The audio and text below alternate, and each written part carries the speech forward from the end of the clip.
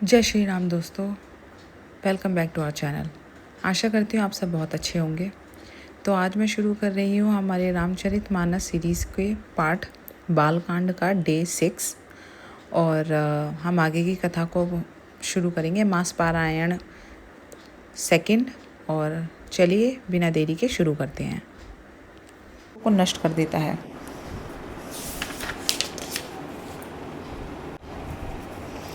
यह जल काम, क्रोध, मद और मोह का नाश करने वाला और निर्मल ज्ञान और वैराग्य का बढ़ाने वाला है।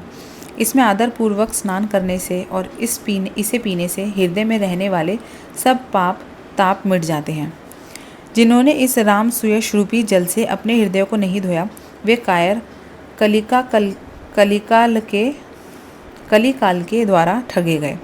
जैसे प्यासा हिरन सूर्य की किरणों के रेत पर पड़ने से उत्पन्न हुए जल के भ्रम को वास्तविक जल समझकर पीने को दौड़ता है और जल ना पाकर दुखी होता है, वैसे ही वे जीव भी दुखी होंगे। अपनी बुद्धि के अनुसार इस सुंदर जल के गुणों का विचार कर उसमें अपने मन को स्नान कराकर और श्री भवानी शंकर को स्मरण करके कवि सुंदर कथा कहता है। मैं अब श्री रघुनाथ जी के चरण कमलों को हृदय में धारण कर और उनका प्रसाद पाकर दोनों श्रेष्ठ मुनियों के मिलन का सुंदर संवाद वर्णन करता हूँ। भरद्वाज मुनि प्रयाग में बसते हैं और उनका श्री राम जी के चरणों में अत्यंत प्रेम है। वे तपस्वी, निगृहित चित्त, जितेंद्रिय, दया के निधान और परमार्थ के मार्ग में बड़े ही चतुर हैं। माघ में जब सूर्य मकर राशि पर जाते हैं तब सब लोग तीर्थयाज प्रयाग को आते हैं। देवता, दैत्य, किन्नर और मनुष्यों के समूह सब आदरपूर्वक त्रिवेणी में स्नान करते हैं। श्री वेणी माधव जी के चरण कमलों को पूजते हैं और अक्षय वट का स्पर्श पाकर उनके शरीर पुलकित होते हैं। भारद्वाज जी का आश्रम बहुत ही पवित्र, परम रमणीय और श्रेष्ठ मुनियों के मन को भाने वाला है।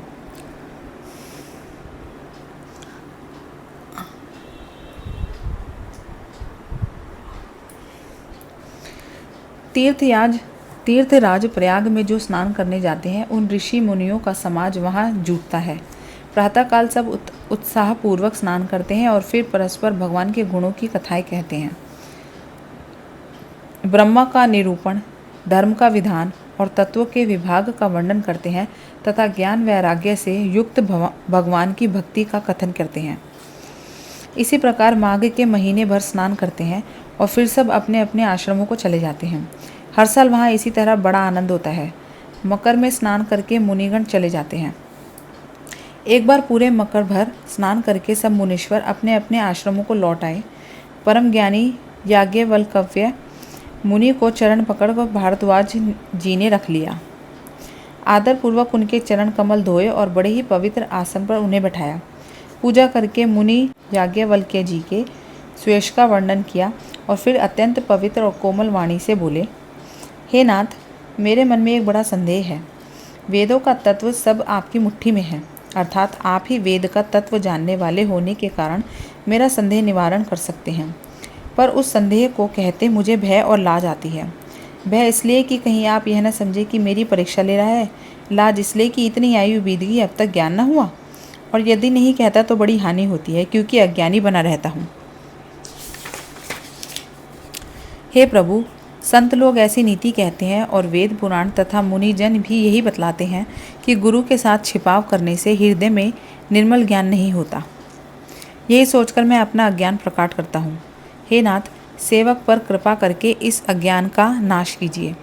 संतों, पुराणों और उपनिषेदों ने राम नाम के असीम प्रभाव का गान किया है।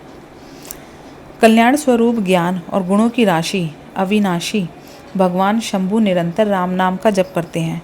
संसार में 4 जाति के जीव हैं। काशी में मरने से सभी परम पद को प्राप्त करते हैं। हे मुनिराज, वह भी राम नाम की ही महिमा है क्योंकि शिवजी महाराज दया करके काशी में मरने वाले जीव को राम नाम का ही उपदेश करते हैं। इसी से उनको परम पद मिलता है। हे प्रभु, मैं आपसे पूछता हूँ कि वे राम कौन है? हे कृपा निधान, मुझे समझाकर कहिए। एक राम तो अवध नरेश दशरथ जी के कुमार हैं। उनका चरित्र सारा संसार जानता है। उन्होंने स्त्री के विरह में अपार दुख उठाया और क्रोध आने पर युद्ध में रावण को मार डाला। हे प्रभु, वही राम है या और कोई दूसरे हैं जिनको शिवजी जपते हैं? आप सत्य के धाम हैं और सब कुछ जानते हैं, ज्ञान विचार कर कहिए। हे नाथ, जिस प्रकार से मेरा यह भारी भ्रम मिट जाए, आप वही कथा विस्तार पूर्वक कहिए। इस पर याज्ञवल्क्य जी मुस्कुराकर बोले, श्री रघुनाथ जी की प्रभुता को तुम जानते हो। तुम मन, वचन और कर्म से श्री राम जी के भक्त हो। तुम्हारी चतुराई को मैं जान गया। तुम श्री राम जी के रहस्यमय गुणों को सुनना चाहते हो, इसी से तुमने ऐसा प्रश्न किया है, मानो बड़े ही मूढ़ हो। हे तात, तुम आदरपूर्वक मन लगाकर सुनो। मैं श्री राम जी की सुंदर कथा कहता हूँ। बड़ा भारी अज्ञान विशाल महिषासुर है और श्री राम जी की कथा उसे नष्ट कर देने वाली भयंकर काली जी है। श्री राम जी की कथा चंद्रमा की किरणों के समान है, जिसे संत रूपी चकोर सदा पान करते हैं।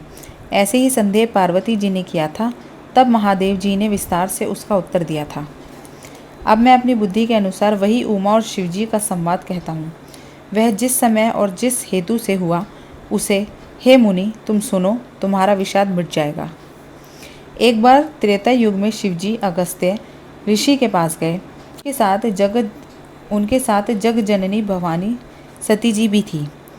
ऋषि ने संपूर्ण जगत के ईश्वर जानकर उनका पूजन किया।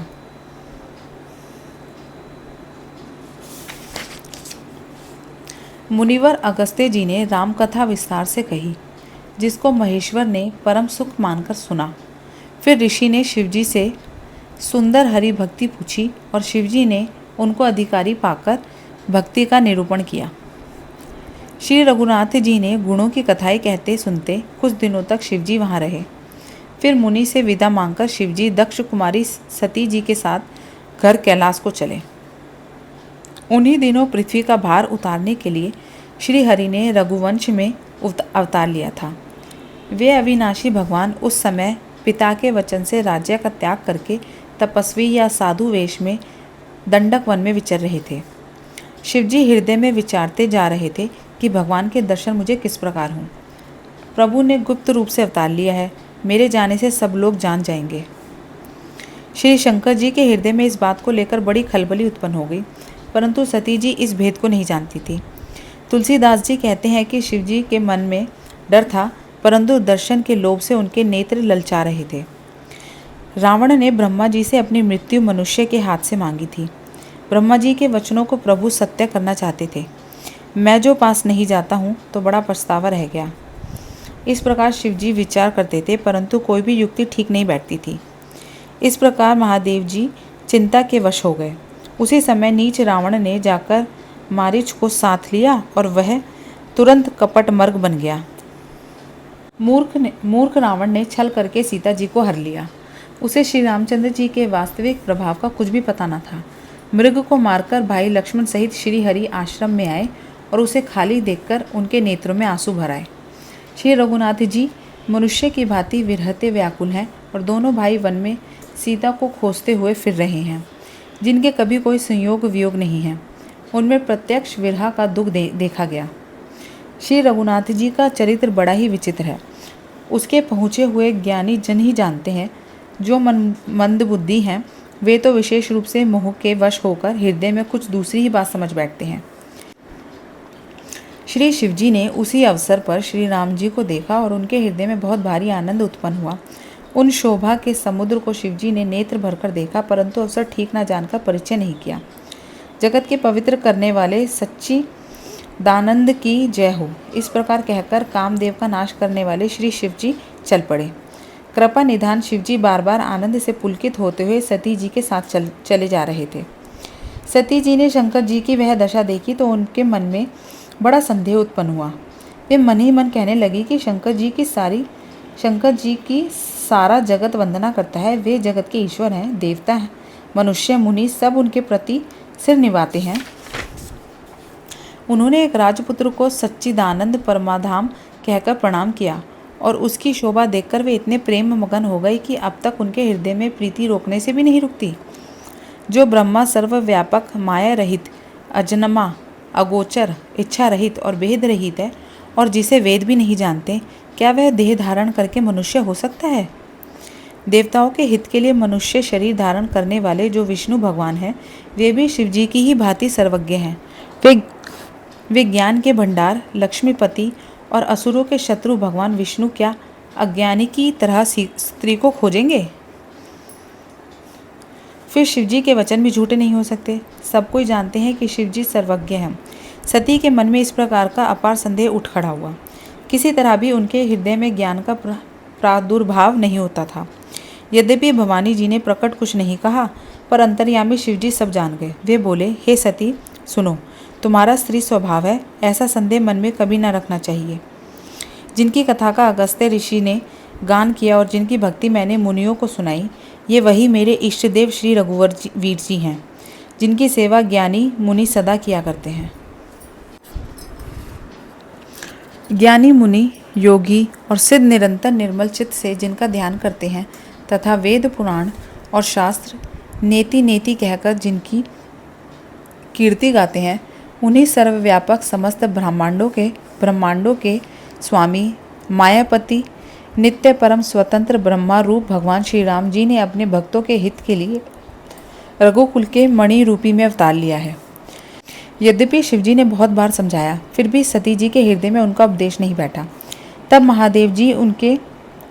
महादेव जी मन में भगवान की माया का बल जानकर मुस्कुराते हुए बोले, जो तुम्हारे मन में बहुत संदेह है तो तुम जाकर परीक्षा क्यों नहीं लेती? जब तक तुम मेरे पास लौट आओगी तब तक मैं इसी बड़ की छाँ में बैठा हूँ। जिस प्रकार तुम्हारा यह अज्ञान जनित भारी भ्रम दूर हो, विवेक के द्वारा सोच समझकर तुम वही करना। शिवजी की आज्ञा पाकर सती चली और मन में सोचने लगी कि भाई क्या करूं। इधर शिवजी ने मन में ऐसा अनुमान किया कि दक्ष कन्या सती का कल्याण नहीं है। जब मेरे समझाने से भी संदेह दूर नहीं होता, तब मालूम होता है विधाता ही उल्टे हैं। अब सती का कुशल नहीं है। जो कुछ राम ने रचा रखा है वही होगा। तर्क करके कौन शाखा विस्तार बढ़ावे। मन में ऐसा कहकर शिवजी भगवान श्री हरि का नाम जपने लगे और सती जी वहाँ गई जहाँ सुख के धाम प्रभु श्री रामचंद्र जी थे। सती बार बार मन में विचार कर सीता जी का रूप धारण करके उस मार्ग की ओर आगे होकर चली जिससे मनुष्य के राजा रामचंद्र जी आ रहे थे। सती जी की बनावटी वेश को देखकर लक्ष्मण जी चकित हो गए और उनके हृदय में बड़ा भ्रम हो गया। वे बहुत गंभीर हो गए, कुछ कह न सके।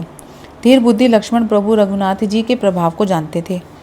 सब कुछ देखने वाले और सबके हृदय की जानने वाले देवताओं के स्वामी श्री रामचंद्र जी सती के कपट को जान गए। जिनके स्मरण मात्र से अज्ञान का नाश हो जाता है, वही सर्वज्ञ भगवान श्री रामचंद्र जी हैं। स्त्री स्वभाव का असर तो देखो कि वहाँ भी सती जी छिपाव करना चाहती हैं। अपनी माया के बल को हृदय में बखान कर श्री रामचंद्र जी हंसकर कोमल वाणी से बोले। पहले प्रभु ने हाथ जोड़कर सती को प्रणाम किया और पिता सहित अपना नाम बताया। फिर कहा कि वृषकेतु शिवजी कहाँ हैं? आप यहाँ वन में अकेली किस लिए फिर रही हैं? श्री रामचंद्र जी के कोमल और रहस्य भरे वचन सुनकर सती जी को बड़ा संकोच हुआ। वे डरती हुई चुपचाप शिवजी के पास चली। उनके हृदय में बड़ी चिंता हो गई कि मैंने शंकर जी का कहना न माना और अपने अज्ञान का श्री रामचंद्र जी पर आरोप किया। अब जाकर मैं शिवजी को क्या उत्तर दूंगी? यूँ सोचते सोचते सती जी के हृदय में अत्यंत भयानक जलन पैदा हो गई। श्री रामचंद्र जी ने जान लिया कि सती जी को दुख हुआ। तब उन्होंने अपना कुछ प्रभाव प्रकट करके उन्हें दिखलाया। सती जी ने मार्ग में जाते हुए यह कौतुक देखा कि श्री रामचंद्र जी, सीता जी और लक्ष्मण जी सहित आगे चले जा रहे हैं। इस अवसर पर सीता जी को इसलिए दिखाया कि सती जी श्री राम के सच्चिदानंदमय रूप को देखें, वियोग और दुख की कल्पना जो उन्हें हुई थी वह दूर हो जाए तथा वे प्रकृतिस्थ हो। तब उन्होंने पीछे की ओर फिरकर देखा तो वहाँ भी भाई लक्ष्मण जी और सीता जी के साथ रामचंद्र जी सुंदर वेश में दिखाई दिए। वे जिधर देखती हैं उधर ही प्रभु श्री रामचंद्र जी विराजमान हैं और सुचतुर सिद्ध मुनीश्वर उनकी सेवा कर रहे हैं। सती जी ने अनेक शिव, ब्रह्मा और विष्णु देखे जो एक से एक बढ़कर असीम प्रभाव वाले थे। भांति भांति के वेश धारण किए सभी देवता श्री रामचंद्र जी की चरण वंदना और सेवा कर रहे हैं। उन्होंने अनगिनत अनुपम सती, ब्राह्मणी और लक्ष्मी देखी। जिस जिस रूप में ब्रह्मा आदि देवता थे, उसी के अनुकूल रूप में ये सब शक्तियाँ भी थीं। सती जी ने जहाँ तहाँ जितने रघुनाथ जी देखे, शक्तियों सहित वहाँ उतने ही सारे देवताओं को भी देखा। संसार में जो चराचर जीव हैं, वे भी उनके अनेक प्रकार से सब देखे। उन्होंने देखा कि अनेकों वेश धारण करके देवता प्रभु श्री रामचंद्र जी की पूजा कर रहे हैं, परंतु श्री रामचंद्र जी का दूसरा रूप कहीं नहीं देखा। सीता सहित श्री रघुनाथ जी बहुत से देखे, परंतु उनके वेश अनेक नहीं थे।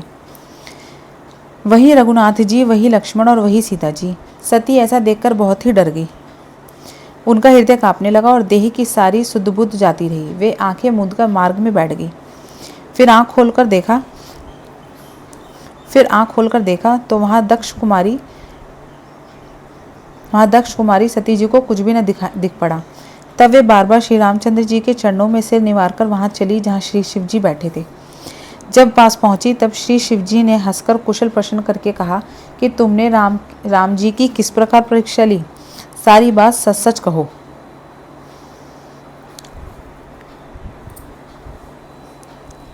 तो दोस्तों, हम आज का रामचरितमानस बालकांड 5 को यहाँ पर समाप्त करते हैं। आज के लिए इतना ही। तब तक अगर आपने मेरे चैनल को लाइक, शेयर, सब्सक्राइब नहीं किया है तो प्लीज़ ज़रूर कीजिए, ताकि आप मेरी कोई भी वीडियो को मिस ना करें। और अपना ध्यान रखें। मैं मिलती हूँ आपसे अगली वीडियो में। बाय बाय, धन्यवाद, जय श्री राम।